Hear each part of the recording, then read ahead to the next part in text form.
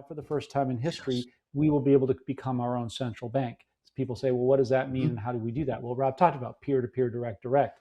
I call it Venmo without the middleman. That's the easiest way to look at it for the average person.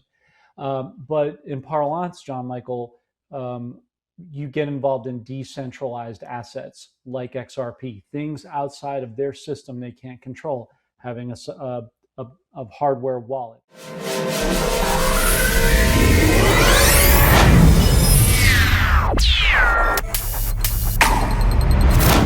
I remember, Rob, I don't remember, 20, 30 years ago, whatever it was, AOL came out, the whole internet was, kind of, well, Al Gore took credit for it, but kind of being born. And I always remember back then I'd say, what? I mean, people will shop online and put their credit card there and I said, I'm never going to do that. I remember being one of those guys. And of course, my entire life and world runs that way. To your point, that welcome the new, it'll be better. Now we're going to have conversations down the line about the pros and cons of this, about AI, and certainly now with off-world issues that the president is bringing finally to the surface since Eisenhower for all of us. These are for different programs. But thank you, Rob, for really doing a great job in putting this into perspective for us at a high level, but at a way we can all understand. John, I'd like you to weigh in on cryptos. And also, if you can provide, a directory or a place that people can explore these things a little bit further as a value to the audience as well.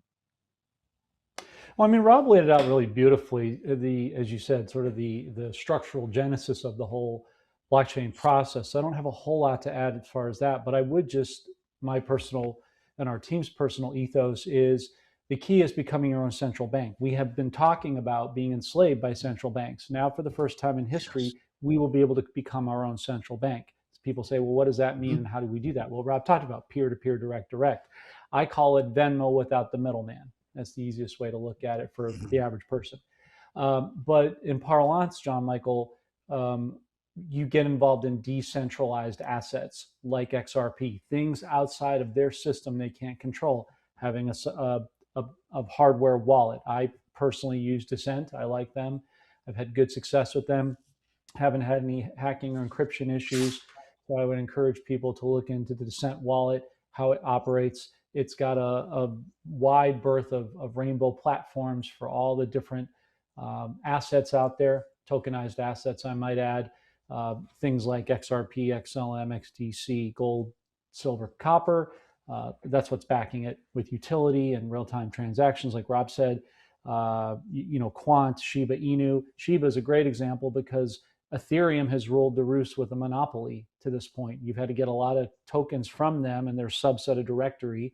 You have to pay, like Rob was saying, essentially whatever the rate would be, 2-3% gas fees, which is them just charging you because they can. You have to go through them, and they were controlling the monopoly on it. Now, getting into your own decentralized world, you're not relying on them. So Shiba is going to eventually at some point create the Shibaverse 2.0. Will have its own subset of blockchain assets that you can get from them away from somebody like Ethereum. Now, that's not to say Ethereum's not going to thrive wildly. They will, because Kevin Warsh is massively a proponent of Ethereum. He has a lot of it. The point is, these are techniques and ways in which you can become your own central bank, get out of their system, and as your promo talked about, control those financial flows in your favor instead of always being at a disadvantage. I would like to bring up one seminal point. It's not directly related to this, but it's important. This goes back to what you talked about, John Michael, with taxation. Another misconception people have is about debt. Now, I know a lot of people, they have credit card, they have student loans, they have car payments, medical issues. Those are very real things. I'm not discounting that. I've certainly had some of those in my past, so I can appreciate and empathize with people on that. But debt itself is usury and it's artificial. And the real debt, I've actually had Bill Holter, I've had Lynette Zhang, you had her on your promo. She's been a great contributor to our podcast in the past. We've had some really nice deep dive discussions on these subjects. And both she and Bill concurrently believe that the real rate of debt in the world, mostly in America, is 320 trillion, not 39 trillion. But here's the good news, John Michael. 90+% of that is not consumer debt. That's deep state debt. So President Trump, by bringing in this new system, tokenizes, brings God's money back to the people in a variety of mechanisms we've already discussed. But he also basically sticks that invoice, that debt, back onto the deep state for all the printing, pedophilia, the trafficking, the money laundering, the DOGE malfeasance, the corporate malfeasance, the misappropriation. You go on and on and on. The list goes on.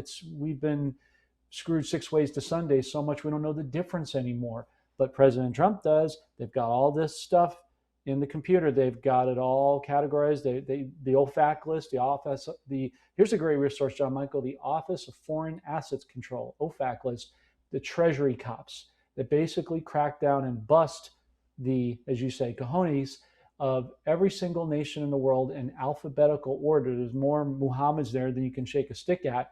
But all these people, you don't know their names, but you know who they've contributed to. They've contributed to the Bushes, the Clintons, the Obama/Sorteros, the Rockefellers, the Rothschilds. They're replete with corruption. So we're not only getting this unbelievable Ephesians 3:20 wealth, but we're also getting the purchasing power, because we believe, and I say we, our team, believe that some point this summer, as we come out of this and we be restored to the republic that we should rightfully have always been, there is going to be a stock market and a housing correction. And that's going to allow us to have, again, the wealth and the purchasing power. So we're not going to be upside down having this wealth, having to spend or overspend exorbitant amounts, because we won't have central banks lading interest and penalties and closing costs and all this other self-approved nonsense that should have never been.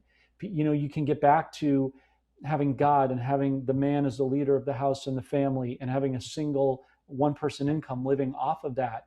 And housing prices will roll back to where they were decades ago, so that we're really right-sizing and correcting all of these atrocities and injustices, as Rob pointed out, are just pure and simple abominations.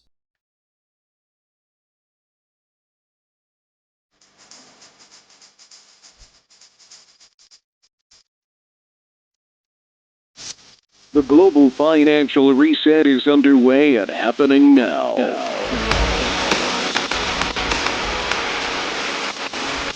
The battle rages on with competing parallel systems. The current deep state Federal Reserve Central Bank system and the system President Trump and team has developed.